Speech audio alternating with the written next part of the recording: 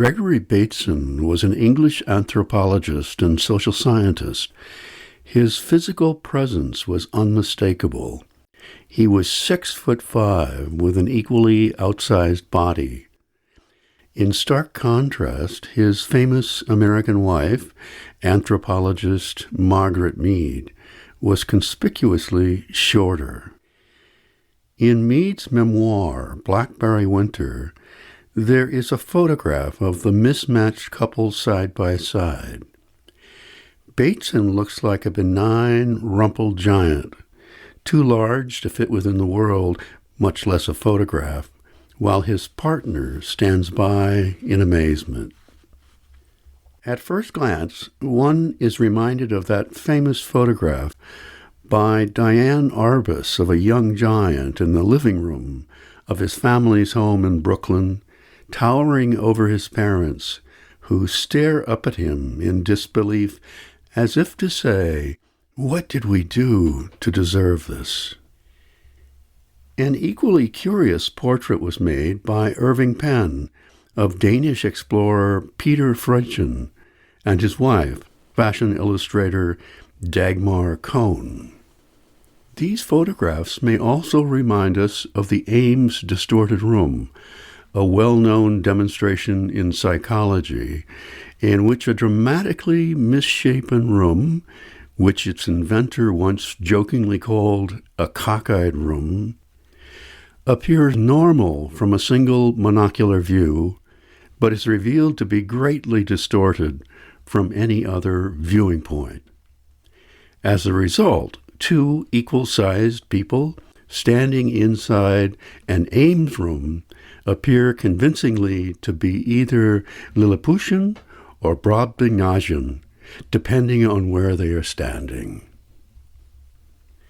The famous Ames Distorted Room was constructed in various shapes and sizes.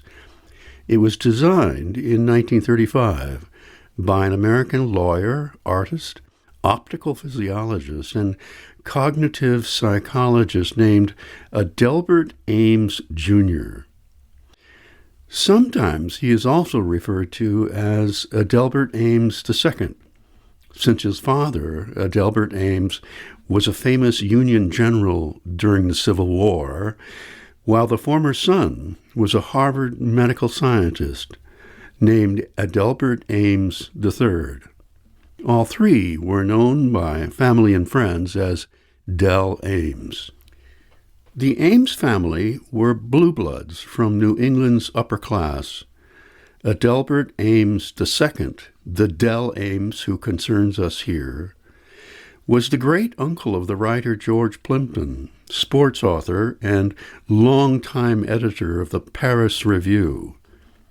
It is said in one of Plimpton's books that the writer's mother was descended from the merger of two unrelated families, both of whose family surname was Ames. There were the Maine Ameses and the Shovel Ameses, the latter of whom made a windfall selling shovels during completion of the Transcontinental Railroad. George Plimpton's mother was a member of the Mayflower Society, at the meetings of which she had to stand to be recognized 5 or 6 times during the reading of the Mayflower passenger list. The history of the Ames family is full of uncanny surprises. For example, the maternal grandfather of Adelbert Ames II was none other than Benjamin Butler, a Union general who was intensely hated in the South. It was Butler who spearheaded the impeachment of President Andrew Johnson, and who later ran unsuccessfully for U.S. president. Butler's son-in-law, the father of Del Ames II, was equally hated in the South as the Reconstruction governor of Mississippi. 11 years after the end of the war, in 1876, the outlaw Jesse James, his brother Frank, and Cole Younger and his gang traveled north, far out of their way, to rob the First National Bank at Northfield, Minnesota. As they later claimed, they did so partly for revenge, since members of the Ames family, who were in town at the moment the bank was attacked, were on its board of directors, and Butler had investments there. An impressive number of the Ames family were highly resourceful inventors. General Ames, for example, produced a portable pencil sharpener, an extension ladder for fire engines, and flour mill machinery, while his wife invented a non-sticky and non-wrinkling laundry starch. Of their 6 children, 3 of them, Blanche, Adelbert II, and a brother named Butler, were granted numerous patents during their lifetimes. Most of those by Del Ames came out of his research of optics and photography. But Blanche held patents for a range of novel devices, including a color classification scheme, a hexagonal lumber cutter, a method of ensnaring the propellers of low-flying enemy airplanes, and, at age 90, a non-polluting toilet. By far, the most prolific was their older brother Butler Ames, an Army officer and Massachusetts legislator. He invented such now familiar things as windshield wipers, a pressure cooker, a wheeled support for walking, which he called a walkabout, which we now call a walker, a magnetic safety razor, a pontoon sailboat, shoe pad inserts for foot pain sufferers, an electric stove, and even a flying machine. As for Adelbert Ames II, it may come as no surprise that he attended Harvard University, where 2 of his favorite teachers were the philosophers William James, who had wanted to be an artist as a young man, and George Santayana. In subsequent years, among his closest friends were 2 of William James' sons, Alec and Billy, both of whom were aspiring artists and students of Abbott H. Thayer. After graduating with a law degree in 1906, Ames joined a prominent law firm in Boston. He could have enjoyed a lucrative, lifelong career, but he gradually grew disillusioned. As he himself remembered, little by little, it began to dawn on me that I wasn't in the right job. For a while, he continued as a lawyer, but eventually he made the break and undertook to become an artist. Despite the opposition of his family and friends, he gave up the legal profession and turned instead to painting. He converted a police wagon, a so-called Black Maria, into a studio camper and traveled around New England painting landscapes en plein air. Among the few who encouraged him in his change of careers was his remarkable sister, Blanche. One of the few women to go on to college in those days, she was an accomplished Smith College graduate who was an artist, botanical illustrator, inventor, a prominent women's suffragist, and an advocate of birth control. She had married an accomplished Harvard botanist and orchid expert named Oakes Ames, unrelated but equivalent in social class, hence her curious married name of Blanche Ames Ames. As a wedding present, her husband commissioned a portrait of her by a well-known Boston Impressionist painter, Edmund Tarbell. A film about her efforts on behalf of women's rights came out in 2021. It is a curious footnote to this that Del Ames was commissioned in 1912 to design an advertising emblem for the National Shawmut Bank of Boston. In response, he sought the advice of his sister as he sculpted a likeness of Obatinawa, a Native American leader in Massachusetts, which was thereafter used as a trademark. A full-size bronze of the bust was displayed in the bank's main lobby, while small replicas, some of them garishly painted, were given out to customers. Over the years, it became a familiar symbol in New England.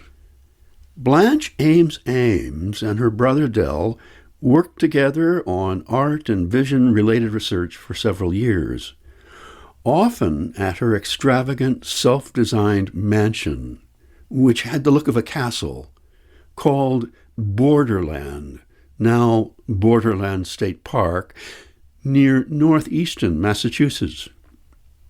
For a time, they also shared an artist studio in the Back Bay area of Boston.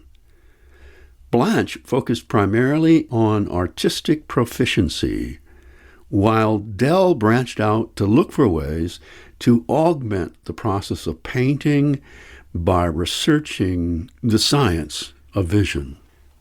In collaboration, they devised a color classification scheme, which they then applied to painting, and studied the differing properties of retinal images, those that form on the back of the eye, and images as they appear to appear in the brain. They researched stereovision and devised and tested methods of enduring a greater accuracy in pictorial representation. They made complex, detailed paintings, some of which began like paint-by-number plans. They painstakingly assigned numbers to more than 3,000 color variations, prepared the same number of tubes of paint, which they paired with color swatches, then matched the numbered colors to the features of what they were painting. Blanche and Dell's collaborative work appears to have begun to slow around 1914, when Dell decided that he should study optics at Clark University with Canadian-born scientist John Wallace Baird. It was further interrupted by Blanche's increasing commitment to the ongoing women's suffrage campaign. By 1915, when women's rights were slated for a statewide vote, she had achieved notoriety for her political cartoons in support of women's freedoms, including access to birth control. At the same time, she was also raising children and providing illustrations for her husband's research of orchids.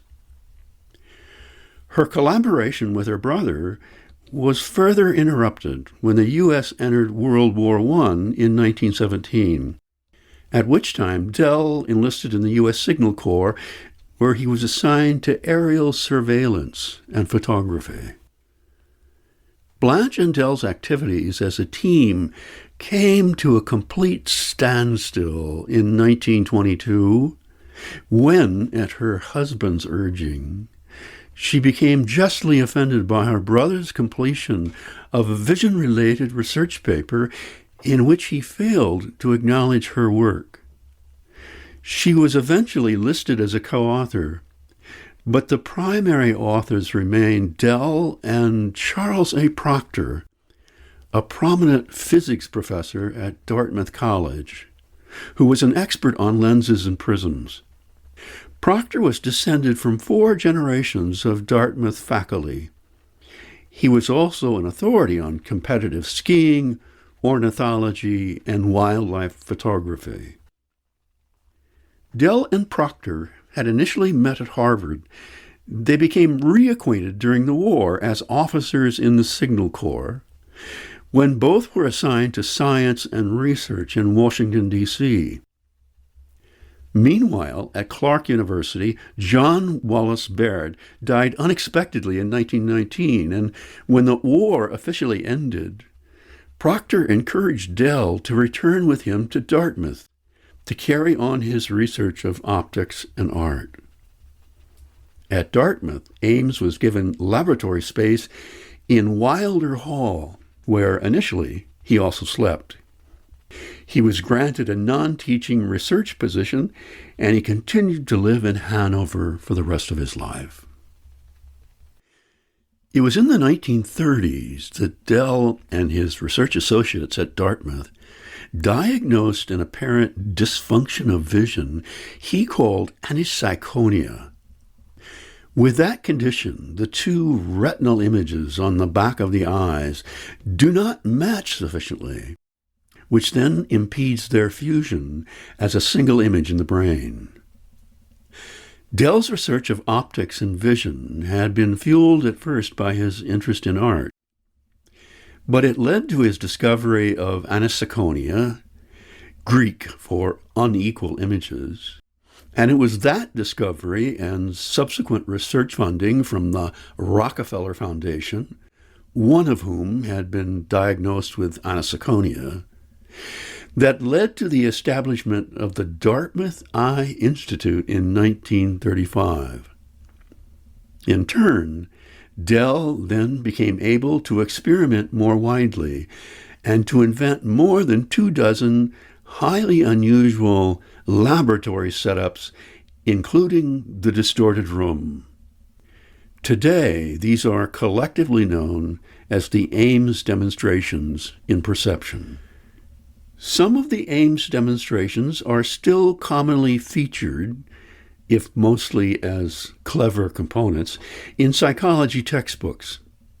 They were especially popular in the 1940s and 50s, when they were frequently cited by proponents of transactionalism, of movement in psychology and philosophy that challenged established assumptions about experiential objectivity.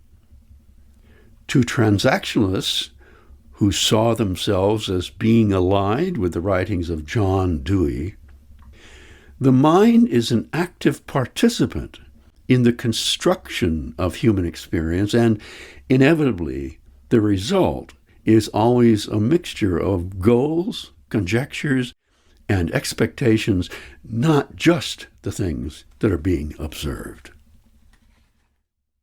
For a better understanding of the Ames demonstrations, it may be helpful to return to Gregory Bateson, whom we met at the very beginning. It seems that Ames and Bateson actually became acquainted at a confluence of psychologists and philosophers in November 1947. The meeting of the two took place in a hotel suite on Park Avenue in New York, where Dell had installed a few of his demonstrations as a way to introduce his work to invited, influential guests. A visit by John Dewey to see the demonstrations, he was 88 that year, was scheduled during the same month. Bateson remembered that when he arrived, he was the only visitor. Ames greeted me, he recalled, and suggested that I start at the beginning of the sequence of the demonstrations, while he went back to work for a while in a small room furnished as an office. Otherwise, the apartment contained no furniture except 2 folding deck chairs. Serving as his own tour guide, Bateson began to view all the demonstrations in sequence, one by one. Years later, he remembered in particular a cluster of 3 experiments in which inflated white balloons were used to demonstrate that size and brightness play a part in the conclusions that we make about an object's distance from the eye. In the first of these demonstrations, 2 balloons were positioned side by side with equal illumination. As the size of one balloon was slowly increased by ever so gradually adding air, the size of the other was decreased. As a result of these size changes, the smaller balloon appeared to be more distant, while the larger one seemed nearer. This would not have surprised artists, since it is consistent with the most fundamental principle of linear perspective, in which an increase in the size of a shape tends to be interpreted as a decrease in its distance. In the second experiment, two identical balloons were again placed side by side, but this time, while their sizes remained equal, their brightness was the variable. As the amount of light projected on one balloon was increased, the light on the other was lessened. As a result, the balloon that was gradually brightened appeared to be moving toward the viewer, while the one that slowly grew dimmer appeared to be gradually moving away. This, too, was nothing new in art, since an age-old studio practice called aerial perspective anticipates that an increase in the brightness and clarity of an object may also typically imply a decrease in its distance from the viewer. In the third, an identical pair of balloons were again placed side by side, but this time both size and brightness were variants. The sense of distance was greatly enhanced when both the size and the brightness of a balloon were increased or decreased together. After viewing by himself a considerable number of the demonstrations, Bateson began to grow weary. He decided to take a break, but when he positioned his large body on one of the folding deck chairs, the chair collapsed beneath him. Hearing the noise, Bateson remembered, Ames came out to check that all was well. He then stayed with me and demonstrated other experiments, the most memorable of which was a laboratory-sized scale model of an Ames Distorted Room. In 1979, in Mind and Nature, A Necessary Unity, Bateson recalled those still vivid moments he shared with Dell in New York that day. In Ames Experiments, Bateson wrote, "You are always made to observe the truth before being subjected to the illusions." As a result, when shown the distorted room that morning, Ames began by asking him to examine it carefully in order to learn its true shape and dimensions. He then sat at the open wall, where, given a pair of glasses that reduced his binocular vision to monocular, he looked into the room interior through the peephole in the front. "When I looked through the peephole," Bateson recalled, "the interior of the room appeared to be quite rectangular and was marked out like a room with rectangular windows. The true lines of paint suggesting windows were, of course, far from simple. They had been drawn to give the impression of rectangularity, contradicting the true trapezoidal shape of the room." Bateson was correct to say that the room was not rectangular, but, strictly speaking, only its back wall was a trapezoid. In calling it that, Bateson may have been thinking about a later, equally famous invention of Ames called the Rotating Trapezoid Window, in which a rectangular window was purposely distorted in a manner that stage designers call forced perspective or accelerated perspective. As a result, when that misshapen window is mounted on an upright shaft and rotated, it appears convincingly not to rotate, but to swing back and forth in space. This illusion becomes more evident when various undistorted props, a playing card, a cube, a rod, are attached to it, in which case they rotate, but at times appear to bend, to cut through the window, or to float in space, while the window continues to sway back and forth. As mentioned earlier, the distorted room that Bateson saw in New York was not the full-scale model, which was large enough that adults could actually stand inside. Instead, what he experienced was a scaled-down version in which children, animals, or objects could be positioned inside, while adults could only look in through the windows.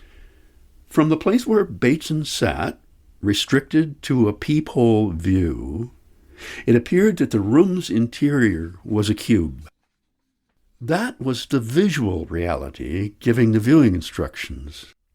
But the tactile and kinesthetic reality, which one might determine by touch or by freely walking around, was that the left side wall was twice the size of the right wall. The rear wall of the room was, as mentioned, a trapezoidal plane that began as 5 feet 4 high on the left and decreased to half that on the right.